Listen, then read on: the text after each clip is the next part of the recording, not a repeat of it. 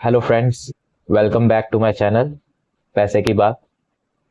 Friends, आज जो हम डिस्कस करने वाले हैं वो एक आईपीओ के बारे में है जिसका नाम है एजिस वोपैक टर्मिनल। फ्रेंड्स, ये जो आईपीओ है इससे जो प्रमोटर्स हैं, जो कंपनी है सॉरी, वो 3,500 करोड़ का आईपीओ लेकर आए हैं। पहले तो मैं कंपनी के बारे में बता दूं कि ये कंपनी एक जॉइंट वेंचर है दो कंपनीज का। एक एजिस टेक और दूसरी वो पैक जो नीदरलैंड्स की कंपनी है, जिसमें एजिस का 50.1% स्टेक है और वो पैक का 47.4% स्टेक है। टोटल कंबाइंड होल्डिंग इनकी 97.4 जो हो रही है, अगर आप उसको आईपीओ के बाद देखेंगे तो वो 87% रह जाएगी। यानी कि प्रमोटर्स जो हैं वो अपना शेयर ऑफलोड करेंगे आईपीओ में, जो कि होता भी है। अच्छा, अब इसका बिजनेस मॉडल समझ लेते हैं कि ये कंपनी वर्क कैसे करती है। देखिए, जो ये कंपनी है, जो हमारे एक कंपनी करती क्या है कि जितने भी टर्मिनल्स हैं, पोर्ट टर्मिनल्स हैं, पोर्ट्स हैं जो आप मान लीजिए, जैसे कि मैंगलोर में हो गया, कोस्टल एरियाज में जो होते हैं, मैंगलोर हो गया, कोची हो गया, पारादीप हो गया, कांडला हो गया। यहाँ पे गवर्नमेंट ऑफ इंडिया ने पोर्ट्स बना रखे हैं ताकि जो शिप्स आते हैं, कार्गोज जो होते हैं, जो अ, दूसरे कंट्रीज से सामान लेके आते हैं, उनको यहाँ पे डॉक किया जाए और उनसे सामान अनलोड करके जहां जहां जरूरत है इंडिया में, वहां वहां इनको पहुंचाया जाए, या जहां जहां जिन कंपनीज को जरूरत है इंडिया में उनको ये दिया जाए। तो ये कंपनी क्या करती है, ये कंपनी ने इंडिया में कांडला में, पेपब में, जेएनपीटी मैंगलोर में, कोची में और हल्दिया में जो पोर्ट्स हैं गवर्नमेंट ऑफ इंडिया के, वहां पे इन्होंने अपना इंफ्रास्ट्रक्चर बिठाया है। इन्होंने गवर्नमेंट से लीज पे, मतलब पोर्ट से कह लीजिए, पोर्ट अथॉरिटी से, पोर्ट अथॉरिटी जब गवर्नमेंट के अंडर है तो गवर्नमेंट से ही कहेंगे, तो इन्होंने लीज पे पोर्ट्स भी, पोर्ट पे जो बर्थ होता है, जहाँ पे शिप टैक कर शिप को ये लोग एंकर करते हैं जब वो सेल होकर आता है, तो वो जगह इन्होंने ले रखी है।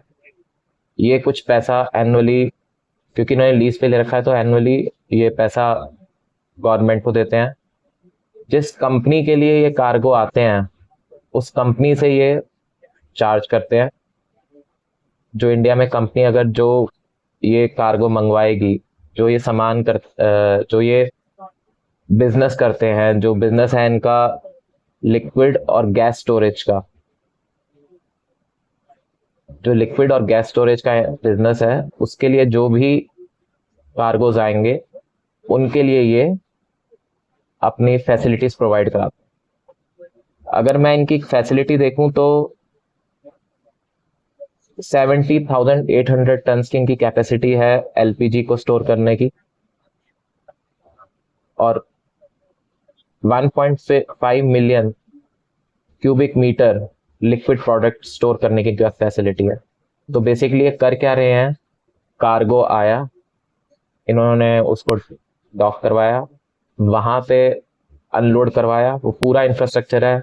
इसको अनलोड करने का, कैसे एक गैस कार्गो को अनलोड किया जाता है, कैसे एक लिक्विड कार्गो को अनलोड किया जाता है, इन्होंने वहां पे अपने स्टोरेज टैंक्स बना रखे हैं, वहां पे ये इसको स्टोर करते हैं। स्टोर करने के लिए जो भी फैसिलिटीज चाहिए तो वो इन्होंने प्रोवाइड करा रखी है वहां पे। और जो इन जिसने ये कार्गो मंगवाया है उसको ये चार्ज करते हैं, उससे इनका रेवेन्यू आता है। और कितना अमाउंट ये स्टोर कर रहे हैं, हैंडल कर रहे हैं, उससे इनका रेवेन्यू बनता है। तो ये सिंपल सा इसका फंडा है। मैंने खुद अपना पर्सनल एक्सपीरियंस से बता रहा हूँ, क्योंकि मैं एक पोर्ट देख चुका हूँ, तो मुझे थोड़ी बहुत नॉलेज है इस चीज़ की कि कैसे पोर्ट्स में वर्क होता है।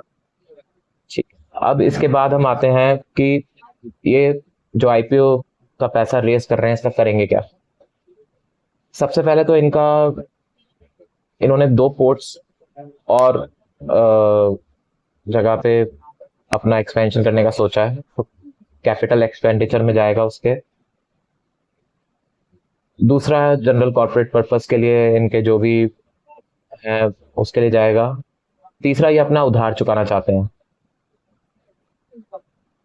इन्होंने जो भी पोर्ट्स ले रखे हैं या जो नए ले रहे हैं उसकी वजह से जो इनका इंटरेस्ट बढ़ रहा है, तो इनका जो इंटरेस्ट पार्ट है वो फाइनेंशियल ईयर 2024 में 59% था ऑपरेटिंग प्रॉफिट का। तो ये लोग चाहते हैं कि ये जो 59% इंटरेस्ट है ये कॉस्ट जीरो ही हो जाए एक तरीके से, क्योंकि ये अपना सारा लोन रिपेमेंट करना चाहते हैं इसके थ्रू, आईपीओ के थ्रू। इनका इनिशियल डेब्ट जो था कंपनी का, जब ये कंपनी 2022 में इनकॉर्पोरेट हुई है, तो वो था 2301 करोड़ का, जो इन्होंने धीरे धीरे कम करके 1700 करोड़ का तक ले आए हैं ये लोग। तो जो भी ये 3500 करोड़ का आईपीओ से रेज होगा पैसा, एक तो ये उधारी चुकाने में जाएगा। अच्छा, इनका करंट अगर आप वैल्यूएशंस देखेंगे तो एंटरप्राइज वैल्यू बाय एबिटा जो है वो इस वक्त 49 चल रहा है। इसका मतलब ये है कि जो एंटरप्राइज वैल्यू 49 चल रहा है, तो एबिटा को डिवाइड करके 49 चल रहा है, इसका मतलब ये है कि कंपनी पे अभी लोन बहुत है।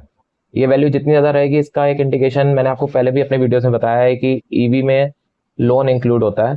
तो ये जितना ज़्यादा रहेगा इसका मतलब है कि लोन अभी बहुत है। तो जब अगर ये इसको रीपे कर देंगे इसका अमाउंट, तो इनका जो ये ईवी टू एबिटा है ये भी डाउन आएगा, तो ये कंपनी के लिए अच्छा होगा। तो इसके अलावा अगर आप देखेंगे कि इस कंपनी का क्या क्या लिमिटेशंस हो सकते हैं जब ये ऑपरेशंस में है, तो एक तो इनके प्रोडक्ट वॉल्यूम्स पे इनका रेवेन्यू डिपेंड करता है कि भाई कितना कार्गो ये अनलोड कर पा रहे हैं। अगर मान लीजिए किसी वजह से गवर्नमेंट ने कहा कि नहीं, इस टर्मिनल पे कार्गो अनलोड कम होंगे, कोई भी जियोपॉलिटिकल टेंशन की वजह से, या आजकल कई बार बैन लग जाता है कि भाई उस कंट्री से ऑयल नहीं लेना, उस कंट्री से गैस नहीं लेनी, तो डेफिनेटली इनका रेवेन्यू इम्पैक्ट होएगा। दूसरा कि टोटल डिमांड कितनी आ रही है जो इनके यूजर्स हैं। अगर मान लीजिए वो कहते हैं कि भाई हमें 5000 टन का एलपीजी चाहिए एक कार्गो, क्योंकि डिमांड इस हिसाब से, अगर मान लीजिए नेक्स्ट टाइम वो कहें कि हमें तो 2000 टन ही चाहिए क्योंकि हमारी डिमांड सबडी हो रही है, तो आप देखिए कि इनका रेवेन्यू पे फिर इम्पैक्ट पड़ेगा, क्योंकि इनकी कैपेसिटी यूटिलाइजेशन जो है टैंक्स की वो पूरी तरीके से नहीं हो पाएगी। तीसरा, गवर्नमेंट का हमेशा इसमें थोड़ा सुपरविजन रहेगा, क्योंकि ये पोर्ट पे हैं, हैंडल कर रहे हैं। गवर्नमेंट कभी भी इनको कह सकती है कि भाई अगर कुछ भी मिस ऑपरेशन हो गया या कुछ मिस हैपनिंग हो गई, तो इनकी जवाबदेही तो है ही, साथ में इनके ऑपरेशंस को भी बहुत सीवियरली इफेक्ट करेगा। फोर्थ वन, आप कह सकते हैं कि प्राइसिंग और रेवेन्यू मॉडल भी इफेक्ट करता है। ये अपने कस्टमर से एक फीस चार्ज करते हैं जब ये इसको अनलोड करते हैं, और जब ये इसको स्टोर करते हैं तो उसका भी एक किराया लेते हैं, टैरिफ कहते हैं जैसे। किराया भी लेंगे कि भाई अगर 10 दिन हमने रखा तो हमें 10 दिन का इतना किराया चाहिए, और जब अनलोड कर रहे हैं कार्गो से तो उसका भी लेते हैं। तो ये बार्गेनिंग नेगोशिएशन करना पड़ता है इनको अपने कस्टमर के साथ कि किस हिसाब से ये प्राइस रखते हैं अपने टैरिफ्स का और अनलोडिंग का।